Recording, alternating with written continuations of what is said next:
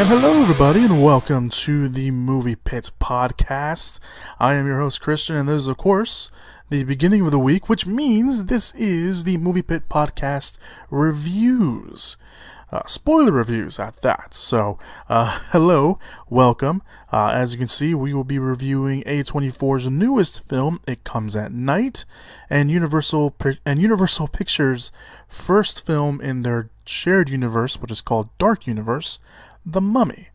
So, we're going to talk about that, and I just wanted to briefly mention before, I'll mention this again at the end, there will probably be no review podcast next week, only because the field next week is going to be a little light personally for me, so I will be watching movies, but I don't think I will be reviewing any of them here on the podcast, so just wanted to get that out there. Alright, so let's get right to it. We're going to be reviewing first A24's It Comes at Night. I'm going to try and help you and your family. I want to thank you again for letting us stay here. Just going to run through a few things. When we go out during the day, we like to stick to groups just for safety. The red door, it's the only way in and out of the house. It stays closed and locked all the time. I have the keys. It's the only set. Most important thing. What's he see? It's okay. Just go inside. We never go out at night.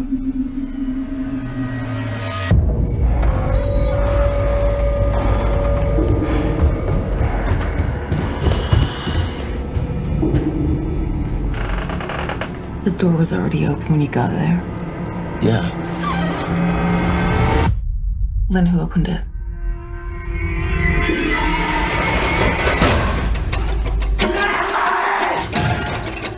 I think they're sick. Where's your mask on? Nobody's sick here. Can't trust anyone but family. You don't get it. How old are you, Travis? If they're sick, then I am too. It Comes at Night follows a family of Paul, played by Joe Edgerton, Sarah, played by Carmen Ejigo, and Travis, played by Calvin Harris Jr., who live out in the house in the middle of the woods after some sort of infectious outbreak has broken out. We don't know what it is. We're never told what it is. We see the effects of it because the movie opens with the death. Travis, his real name is Calvin. Travis's grandfather is affected, and we see how it's affecting him, and the movie opens with him being affected and him basically getting taken out to the woods. Excuse me. Basically getting taken out to the woods and being essentially shot in the head by Paul and burned. Because apparently that's how Paul and his family take care of people who they come across who are infected. So one night, Will, played by Christopher Abbott, breaks into the house, and after Paul ties him to a tree, Will tells him that he has a family, which is the reason why he broke into the house. He was looking for water and supplies, and basically anything you do really in a post-apocalyptic world. Paul reluctantly goes to see Will's family to see if they are infection-free, and if they are, after a deal with Sarah pretty much tells him, if they're infection-free, you should bring them here. That way, if they, for whatever reason, give Will supplies, and if they run out, at least they'll be here. And Will also says that they have like chickens and goats and stuff, so instead of trading, they can work together and just live under one roof. And Paul reluctantly he goes and he gets Will's family, which is consisted of Riley Keough's character Kim and their young son. And of course, once they're all together, that's when things start picking up. So that's pretty much the basic premise of It Comes at Night. And throughout the film, and pretty early on, it's about like the first pretty much the first 5-10ish minutes in the movie, Travis, not Kelvin. Keep calling him by his real name. Travis has these disturbing dreams. And they're really, at first, they're kind of just unnerving and creepy, and you don't really see anything. But as the film progresses, they become a lot more creepy and a lot more unnerving. And you think at first that maybe it's just because his grandfather just died because he was infected. But then you know, as the film goes on, you kind of catch on a little bit kind of of the theme of his dreams, and they do coalesce with, you know, what's going on in I guess the real world, you would say, but that's not really the right term I want to use, but that's the term I'm going with. So the film, you know, it's marketed as a horror thriller kind of movie, and the marketing for the film doesn't really do it that much justice. It does have horror thriller elements in the film. It's a post-apocalyptic movie, like I just mentioned, because there's an infection going out there, but it's also this kind of paranoia, psychological thriller with a family drama right at the center of it, because Paul, Joe Edgerton's character, he makes it very clear throughout the film. He tells people through his actions or just by his face, he will do whatever it takes to protect his family. You know, like I mentioned, he ties Will up to a tree after he breaks into the house because he wants to see if he's infected, and he always makes sure, Paul, he has these rules when people, you know, they don't go out at night. You hear it in the trailer, but we don't go out at night. Doors always, you know, the red door, as we see multiple times throughout the film, always stays closed. And if you even think you're getting close to someone infected, you put, you know, a gas mask on, you put gloves on, and if you touch someone who's infected or maybe potentially infected, you have to you have to clean yourself thoroughly to make sure.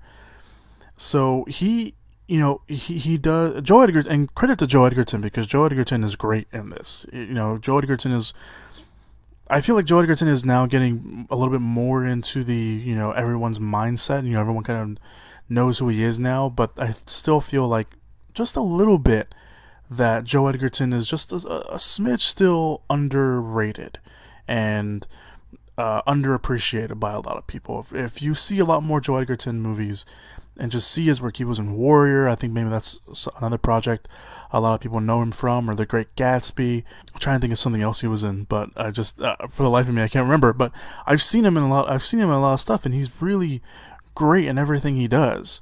He's always consistent. He's always great. So Black Mass, that was the other one I was thinking about. The movie about Whitey Bulger with Johnny Depp. He was in that, and he's been in a bunch of other stuff. He's always consistent. He's always great. He's always reliable, and it's true right here again. Joe Edgerton can pretty much tell the story with just a facial expression, and he does that in this film. You know, there's a few times where the camera is just close up on his face, and you automatically know what he's thinking, and that is great, and especially for this movie, because, you know, a lot of the movie takes place within the house. It's a slow burn movie, so everything's kind of, you know, takes a while to really, you know, deep dive into everything. The nightmares are kind of the only thing that really kind of keep the movie, you know, unnerving and at the edge of your seat, and a little, you know, like what's gonna happen. But for the most part, you know, a lot of it is just it's them in the house trying to live out their lives. And then as slowly but surely, you know, we get the paranoia throughout the film. Like, okay, like what's going on? At one point, there is a dog in the movie, so I will warn all you dog lovers out there. Something does happen to the dog, but that's kind of where everything picks up, because once the dog, something happens to the dog, the red door that's always supposed to stay closed, we always see it closed, it's open. And that's kind of where everyone starts, you know, looking at each other weird, and that's kind of where everyone starts, you know, doubting everyone, and that's when the movie picks up. And that's kind of near the end of the film, so there is that to look forward to if you watch that movie. It is a bit of a slow burn. I will outright tell you, it is a slow burn movie. It doesn't move fast. It's not one of those movies where, you know, there's not really a lot of a lot of jump scares in this movie. There's probably like maybe 1 or 2 jump scares, but other than that, there's no real jump scares. It's all straightforward. It's all in your face. You know, it tells you what's going to happen. So there is a few jump scares, but not not as, you know, if you hate jump scares, you're probably just gonna hate like a few scenes in this movie, and that's it. Unless you don't like the movie, then you probably won't like the movie. But jump scare wise, there's not a lot. So Joe Edgerton's great, so I wanted to mention that. Kelvin Harrison Jr. plays Travis in the movie. He's probably the highlight because we do get to see a lot of him, and we get to know him the most, really, through not just his actions, but through his dialogue as well. And his nightmares really is what makes the film. That's when the nightmares is really what makes the film unnerving and creepy. One of them is pretty sure I saw on a TV spot. One with Riley Keough where she kisses him and then blood starts dripping out of her mouth. And that's a nightmare. Most of these are nightmares. We see his grandfather, who again they kill at the beginning of the movie because he's infected. He's yelling at him, sitting next to him on his bed, and then there's one scene which I don't know how people will feel about it. I know how I felt about it. Knee-jerk reaction I had. I was like, I really like that scene, but there's one nightmare scene where we only see his face. We hear things going on the other side of the camera. We can hear, but all we see is his face. And the knee-jerk reaction is, are they going to cut to it? I want to see what he's seeing, but we don't. It's just his face. It's the pure horror on his face. It's something that he can't even believe he's seeing. So I think maybe that's enough for all of us, because most of us are scared of the unknown and we don't know what he's seeing, and that's kind of what makes it a little bit more unnerving. I would have liked to see what he had seen, but again, it is what it is. Christopher Abbott as well, he does fine as the other protective father in the film, but his more protective father features come near the end of the movie when things start breaking down and accusations start going wild.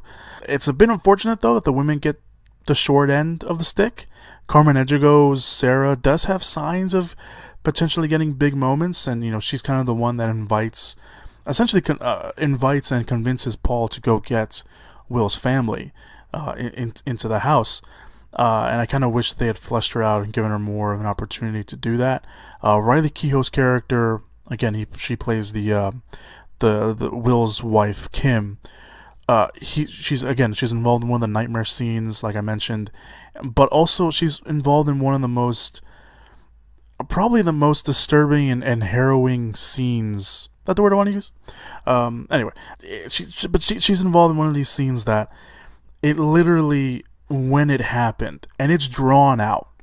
It is. I don't want to say what it is, even though this is a spoiler reviews. Like I mentioned, I'm not going to spoil everything for you guys. There are things that I want to leave you guys to experience on your own. But there is something that happens at the end of the film that involves her character that, any other movie probably would have cut it halfway. Once you see this movie and you know what I'm talking about, if you've seen the movie, you probably know what I'm talking about. It's at the end. It's lengthy. It stays there. It lingers. It doesn't go away. It doesn't do it.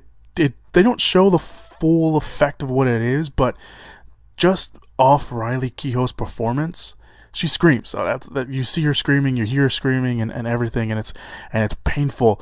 Any other movie would have cut that scene in half, but it comes at night.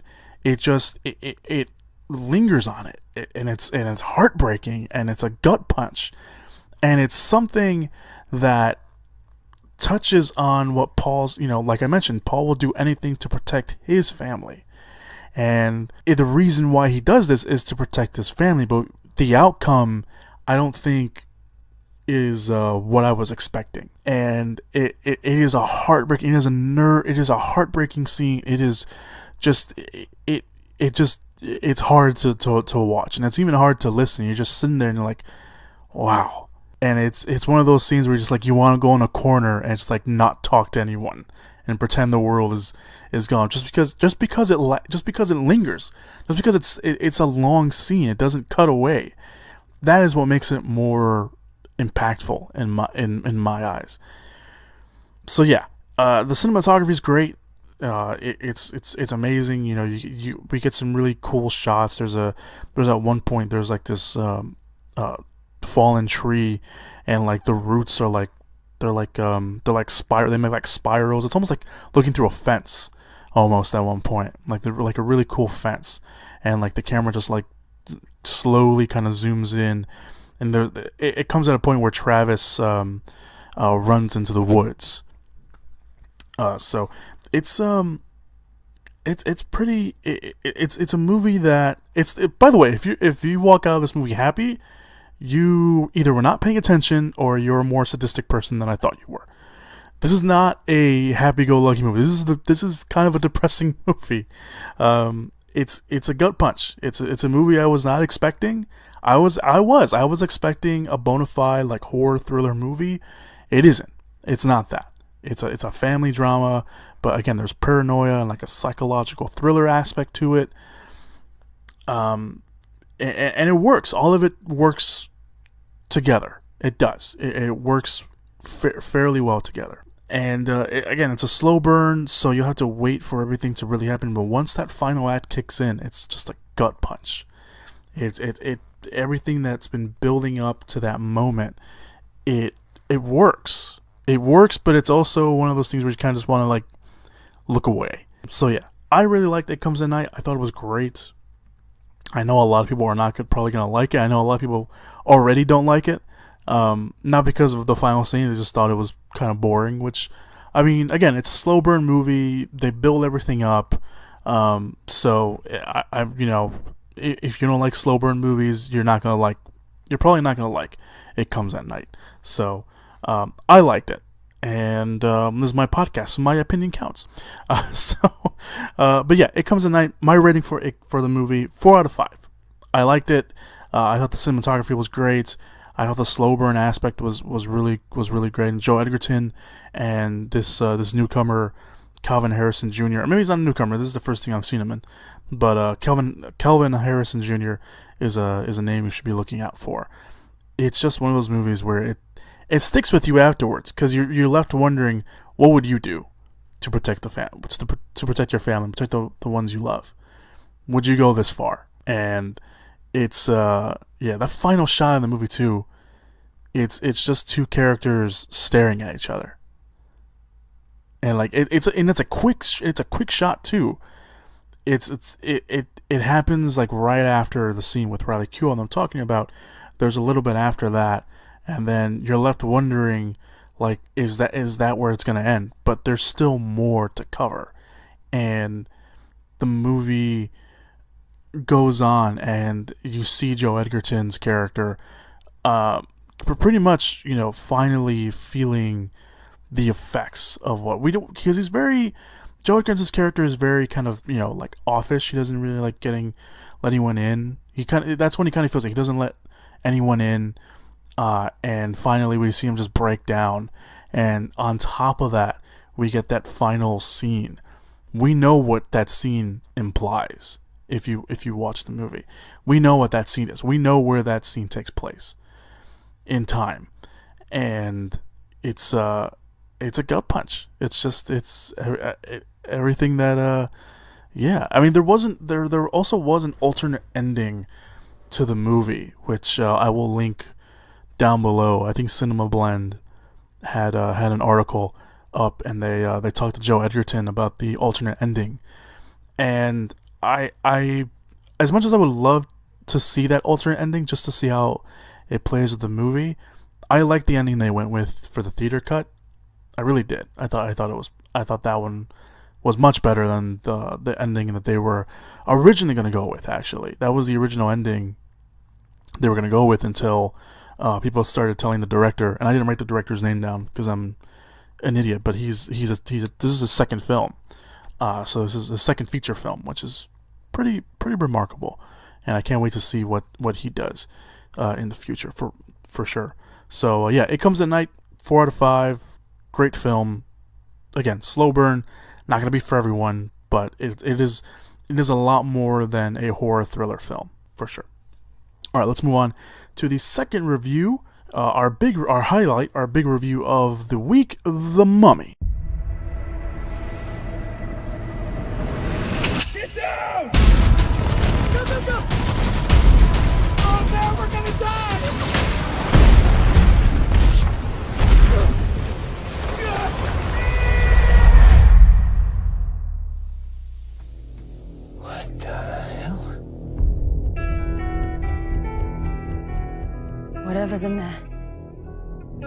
left them safely hidden for 2,000 years.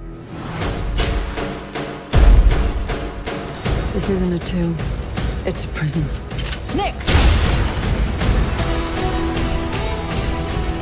The hieroglyph said she was named Amenet, chosen to be Egypt's next queen. But her thirst for power led her down a darker path, one that had to be stopped. Because of your actions, this ancient power has returned.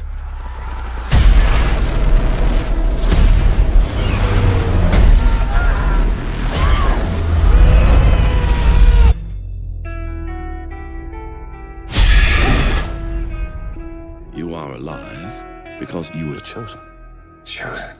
By what? Evil.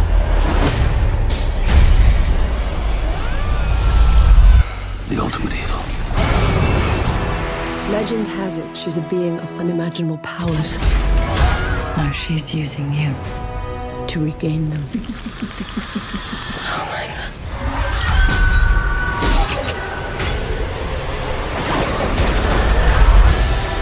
She will not stop until she has remade our world into her own.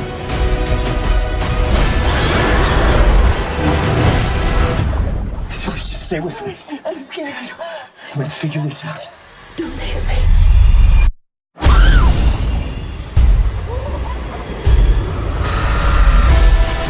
You can't run. You can't escape. She's got plans for you. Alright, so the Mummy, it's the first film in the Dark Universe, Universal Pictures shared universe with their monsters. And the movie starts off weird. It starts off in with the Crusades, during the time of the Crusades, or after the time of the Crusades. And it's these Crusaders putting their fallen comrades in these stone coffins, and one of them gets highlighted because one of them has a gem in it, and you're kind of wondering what the hell's going on with that.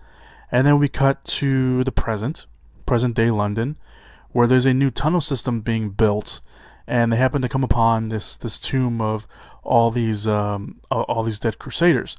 And by the way, the tunnel system, even though it gets highlighted, it's like, oh, there's a new tunnel system in London being built, and we found these all these dead Crusaders. The tunnel system itself doesn't play a part in the movie, but the Crusaders kind of do. The dead Crusaders, anyway. I just found it weird that they could have probably found another way to do that, but whatever.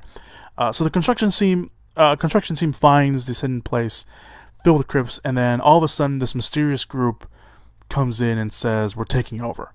And this is where we see for the first time Russell Crowe's Dr. Henry Jekyll. Although we're not formally introduced to him, but we do see him. And he looks over at this mural, and then all of a sudden he goes to voiceover, and we're sent back to ancient Egypt, where we see the history of Princess Amenet, played by Sophia Bontella. And what we find out is that she's a princess, and she's next in line to become the Queen of Egypt. That's not really Queen.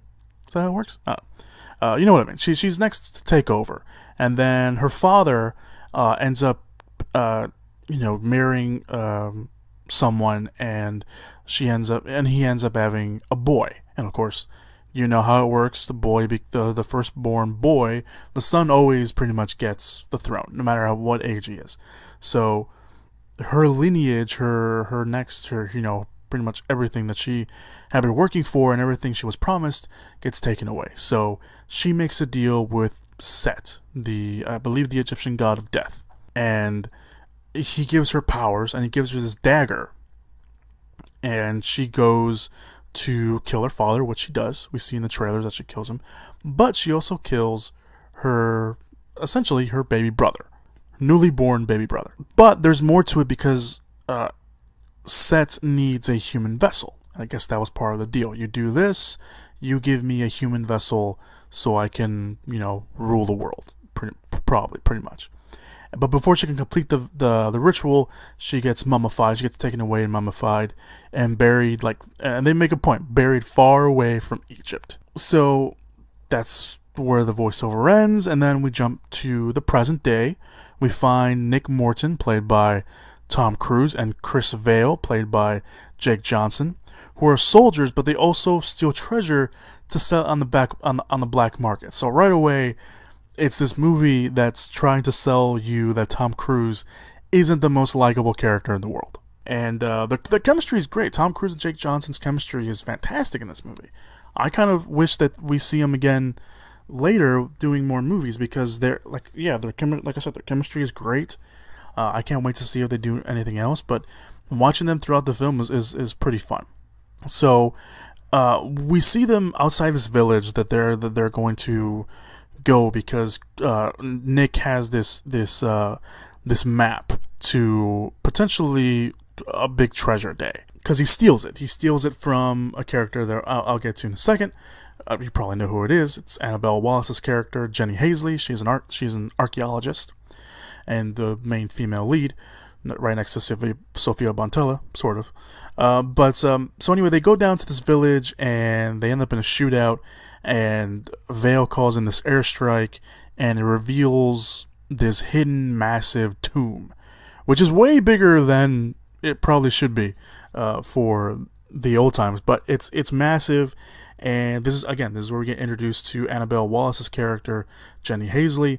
She's an archaeologist who the map was originally intended for, and the only reason Nick has it is because they slept together. So of course they go in, because that's what we see in the trailers, and they find a weird setup. First of all, there's mercury. Yes, mercury in this massive tomb that's running, and we find out later that the mercury kind of hinders a little bit of Amulet's abilities. But there's these statues that we see in the movie, in the tomb I should say, that instead of looking outward to protect the soul, I guess, they're looking inward.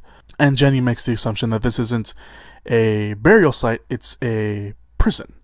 And of course Nick shoots it to see, because Jenny's arguing that this is a massive discovery, and up top there is the general played by Courtney B. Vance's character, who isn't in the film that long, by the way.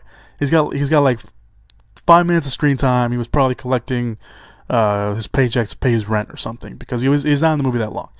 But he's telling them to hurry up, and she's telling them she's not going to leave without seeing what's in it. So Nick shoots it, and it releases the sarcophagus, a big sarcophagus that is Princess Amina. And that's when Nick starts getting these weird visions and apparitions of Amina with him and her in a desert.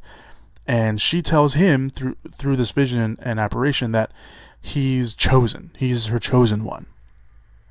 We don't know exactly what that means, but at this point anyway. But they take the tomb, and the Vale, Jack Johnson's character, he gets bitten in the tomb by the spider, and later on in the plane crash that's been heavily promoted throughout the film, throughout the trailers and all that, he gets infected and he wakes up dead, pretty much.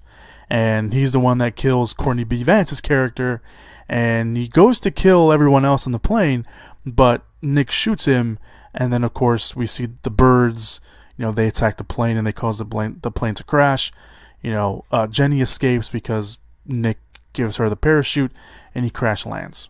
But of course he's not dead, because he wakes up, unscarred, unscathed, all of that. But he starts seeing Vale as this undead, ghost. Essentially, he's the only one that can see Vale, and Vale tells him that he's chosen, that he can't escape this, that it's his destiny, essentially.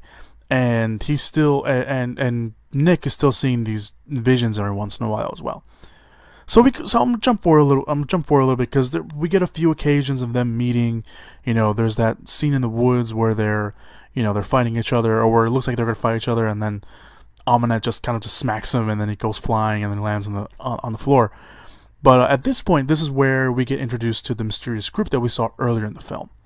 The group is I don't know if I'm going to get the pronunciation of this right, Prodigium. And this is run by Dr. Henry Jekyll, played by Russell Crowe, who we get finally introduced to.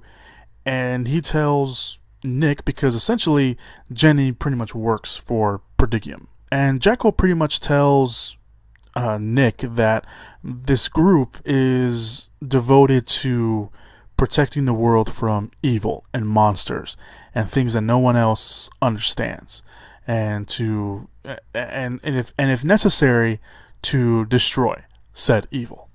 And that's exactly what they want to do. So they capture Aminet, and they want to pretty much sedate her, essentially kill her, so they can study her. But once they find out that Aminet and Nick have this connection, because once they're together and once they're all in this, we see in the trailers that there's, like, she's chained up in like this modern day kind of room, and Nick pretty much goes up to her and they start having this bigger conversation, and Aminet finally admits to Nick that you are chosen for this ritual for Set, for the dagger. And the dagger gets introduced again.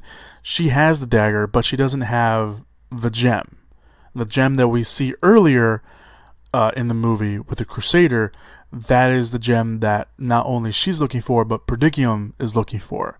And they find it, and after a brief little fight with Nick and Eddie Hyde, yes, he calls himself Eddie Hyde, because we do see Mr. Hyde in this movie, and it's pretty much just Russell Crowe, kind of just a little bit more buffed up. They probably put some padding in his suit or something, but he's pretty, like, he doesn't turn like into this big, like, it's not like League of Extraordinary Gentlemen. He doesn't turn into like a Hulk-like character.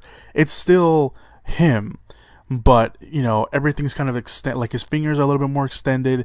Like, I'm telling you, if it almost looks like they just put padding in his suit so he can look just a little bit bigger, and his voice changes, and he gets these weird like veins, like it's in his skin, not outside his skin, but like his veins are like a little dark, and like his eyes get a little like yellow, and his voice changes, and it's a simple yet kind of effective. I kind of wanted to see a little bit more of it, and maybe we could see a little bit more of it later.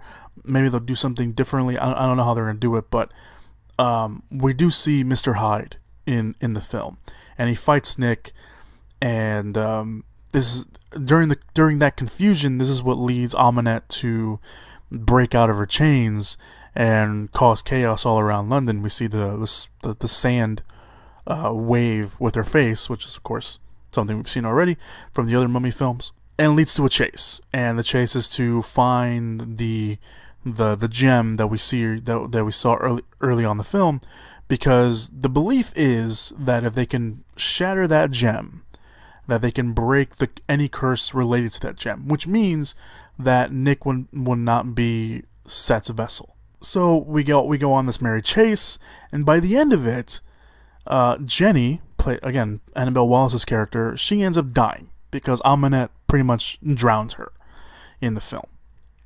And Nick tries to fight Aminet, but of course she's too powerful for him, and he gets his ass handed to him. And Nick, again, seeing Jenny dead, and before he can even break the gem, he stabs himself with the dagger to become Set's vessel. But seeing Jenny's body, and then having a memory of kind of this like heart-to-heart moments between Jenny and Nick kind of breaks free a little bit of Set's hold on him and kills Aminet like nothing. All this build-up for Aminet, and that's something I'm going to get to in a second, but all this build-up for her, she dies like in 2 minutes. So Nick/Set, whatever you want to go, I'll just call him Nick from this point, saves Jenny from the dead, and they have this moment that doesn't really make too much sense, because the final moment could have worked a little bit better if their relationship between the two was actually romantic. And it's not really romantic, it's just them working together. And even though it's like, oh, we slept together, and he says at one point, it's like, all my feelings toward you were real, and then they have that heart-to-heart moment that pretty much, again, saves Nick from Set's control. We don't really get the fact that, oh, these two really care about each other. Like, it almost feels like forced, and there was probably a a better scene that was cut out, or maybe they just thought the heart-to-heart moment was enough for us to be like, oh, these two characters care about each other, they love each other. No. So anyway, Nick is in the shadows at this point. We don't see him, but we kind of hear him a little bit, maybe fighting Set a little bit, and then he says, I wish we had more time, before he disappears. And all that did, that I wish we had more time, reminded me of Wonder Woman. Because that's all it did. It's like, oh, I wish we had more time. It's like, that's Wonder Woman. It's just Wonder Woman again, but just poorly written. So at the end of the film, Jenny's back. She's back at Prodigium with Jekyll. And they're talking about how Nick could potentially be a threat, but also the fact that he was able to fight off Set. He could potentially be an ally with these other to fight these other monsters and other evils in the world. And this is intercut with Nick being in the desert with a now alive Vale, and they ride off into the desert. And that is where the film ends. There's no post-credit scene. There's no mid-credit scene. It's just them riding off into the desert, essentially making Tom Cruise's Nick the new Mummy. Essentially. It's essentially what they did. Or basically making him Set, the Egyptian god of death. So, as you can see, the film has a lot going on. There was a lot going on in this movie, and not a lot of it works. The film itself is it's okay. It's not great. I think I mentioned this on the podcast last week, that at first I was really looking forward to it, because I was looking forward to seeing this monster universe back on the big screen, because I was a fan of the old movies, and I was looking forward to seeing what they were gonna do with these new characters in modern times. But there was something about The Mummy that, as the film drew closer to its release, I was like, I don't know if this movie's gonna work. And it doesn't on a lot of parts. It lacks a certain real oomph, I guess, for lack of a better word, in the horror department, and even in the action department. I mean, we were told early on that this franchise, this universe, would be, a mixture of horror and action and adventure. And the horror parts, they're not, they lack a certain amount of tension that could have pushed the boundary of this movie a little bit. When Set appears, he, I don't know. It's like it looks like he's like contorting in the corner as he's walking toward her. He doesn't really look like, we don't actually get to see Set. We just see like this black, skinny figure walking behind Aminette, and that's it. That's all we see of Set. We don't see him later on. I think we briefly see like a distorted face of Tom Cruise, but I don't know. It was just too quick. Like I couldn't get like a good look at it.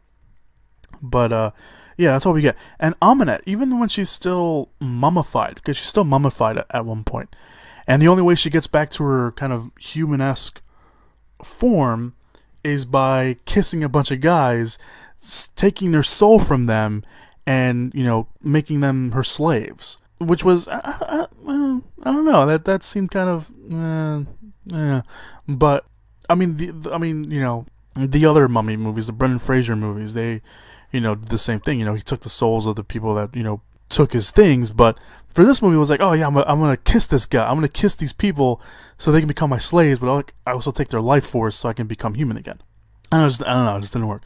But as for the Mummy, when she's the mummified Mummy, the CGI, you could just tell it's CGI. Maybe there was a person and they put CGI touch-ups on it, but it felt like most of the time it was CGI. But the design of Aminette herself, when she's human form, or mostly human form, she's great. It looks great. I love the look. I love the design of it. But her character herself, Aminette, Sofia Boutella is great in what she's given. But Aminette, the character, even though this movie is called The Mummy, we spend most of our time with Tom Cruise's character. And this movie builds up Aminette as this unstoppable force. And even though she does some terrible things and she has her moments, like, the way she escapes Prodigium is that, she somehow gets this spider to do her doing, and she goes inside this guy and takes him over. And then, she's fighting like these guys with guns later on in the movie, and they're shooting like crazy, but she doesn't feel anything. that's it. We don't get a lot of her, and like all this build, and again, she dies like in 2 minutes. Like once, Nick stabs himself and becomes Set, he, again, fights off Set's power and kills her. Kills her by kissing her, sucking the life force out of her, and then like throwing her off to the side. That's the mummy we get. The mummy we get dies. The unstoppable force that's built up throughout the movie. That's, it's like, oh my god, she's unstoppable. Like, she's the ultimate evil. No, she dies in 2 minutes. That's it. I don't like that. That kind of made me mad, really, to be honest. But yeah, that made me mad. The action, I mean, you can expect the action from a Tom Cruise movie. There's a lot of running. But the plane crash, which again is probably one of the most heavily promoted things from the movie, it's pretty much what we see in the movie. If you saw the trailers, you've seen the TV spots, it's essentially what you get. There's an extended bit before the plane crash itself, but other than that, what we see in the trailers is the scene we see in the movie. That's it. There's nothing else to it, which is kind of upsetting. Everything else is a little okay. I mean, that we get this this little kind of mini fight halfway through the movie when they're right before the woods. They're in this abbey, this cemetery, and they're trying to escape Aminet and a bunch of other of her people, and a bunch of other of her slaves, her mummified slaves, for the lack of a better word, and henchmen, I guess. But even that scene's like, it's okay. I mean, it's like a driving scene. Yeah. But yeah, I mean, the fight.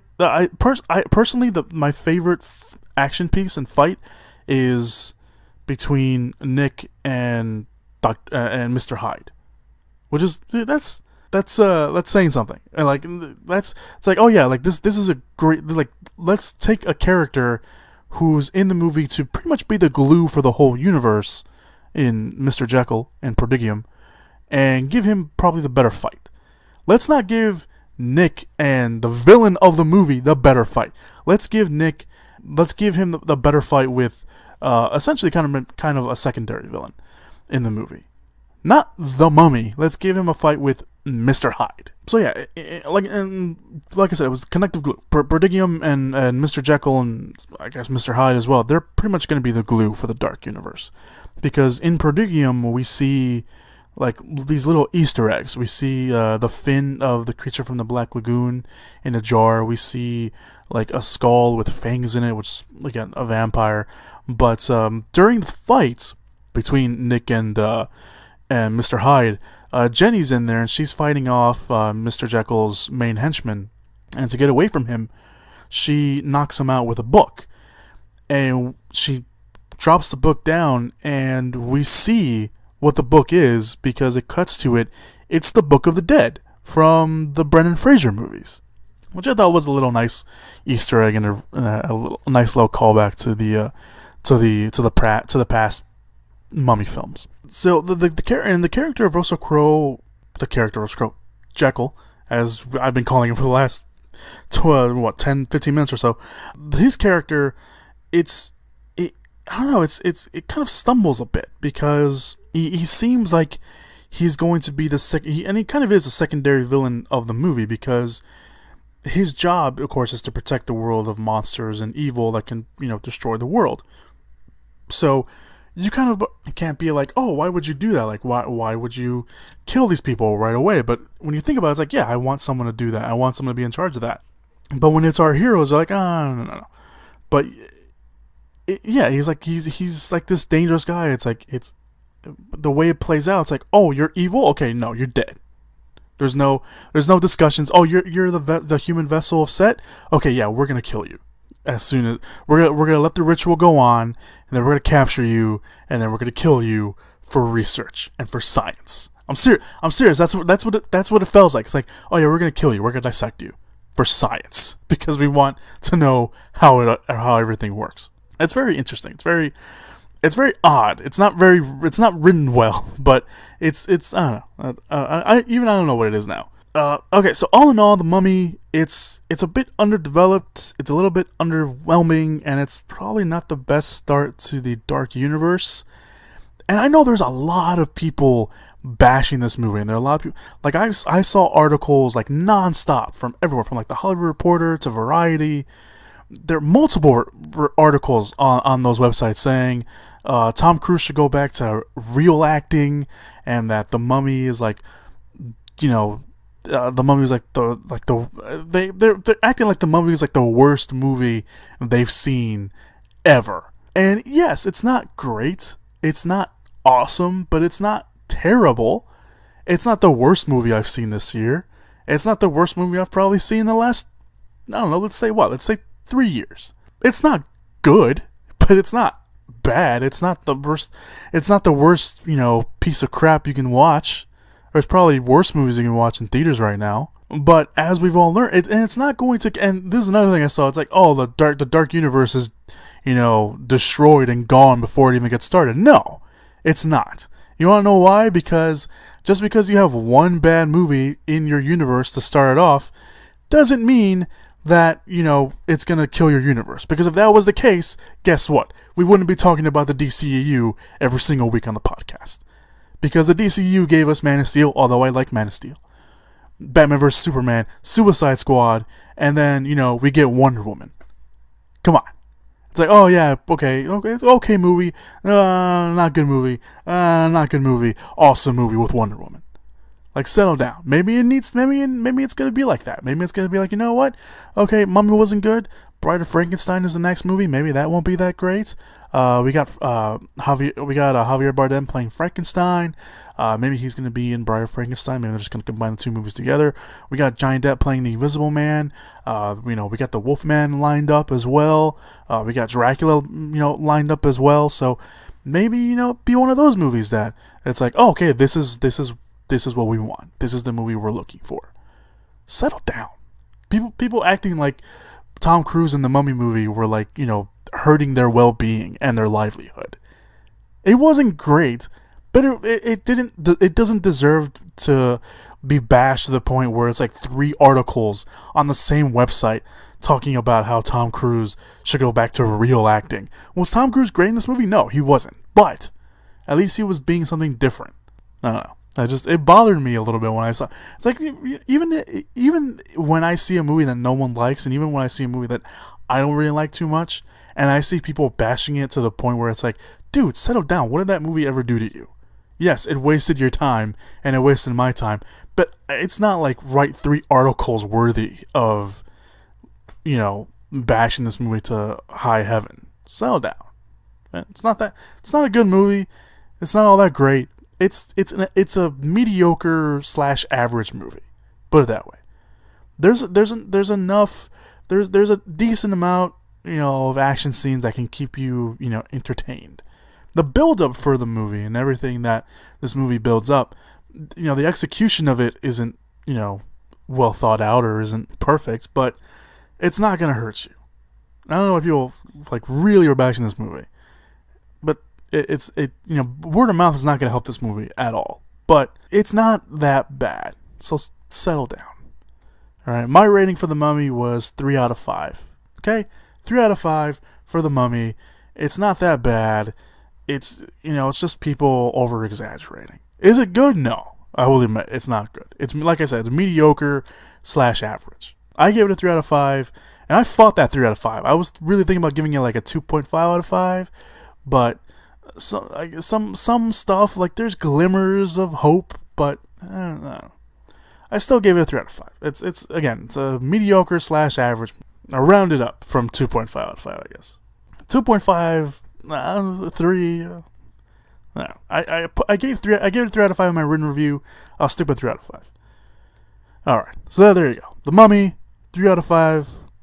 It Comes at Night, 4 out of 5. So if you've seen those movies, obviously, hope you've seen those movies because this is a spoiler-filled review. Let me know if you saw them. What did you think down in the comments? Let me know let me know what you thought. Let me know which one was better. What was your favorite part? What was your least favorite part? What do you think these movies could have done better? So yeah, let me know down below in the comments section.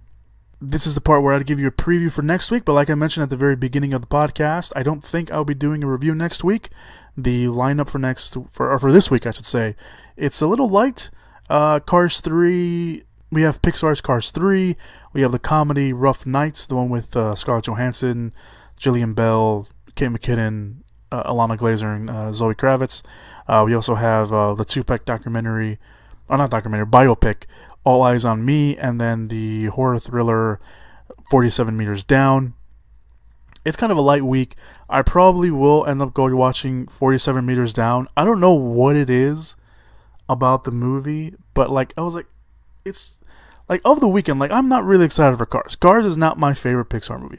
I didn't even watch Cars 2 because I didn't really like Cars 1 that much, and Cars 3, even though it kind of looks okay, I still don't think I'm gonna take myself to go watch it. All Eyes on Me, the Tupac movie. Honestly, it doesn't look that great to me. It doesn't. I'll just wait for the Tupac documentary that's being worked on by Steve McQueen. I'll just wait for that. I just like, and kudos to the casting department for finding the guy. I forgot. I think it's like Ship Jr. or something. That's his last name, Ship, but I can't remember his first name. They found someone that looked a lot like Tupac. He really looks the part. But I don't know. Just something about the movie just doesn't grab me. It almost just the trailers make it look like a TV movie.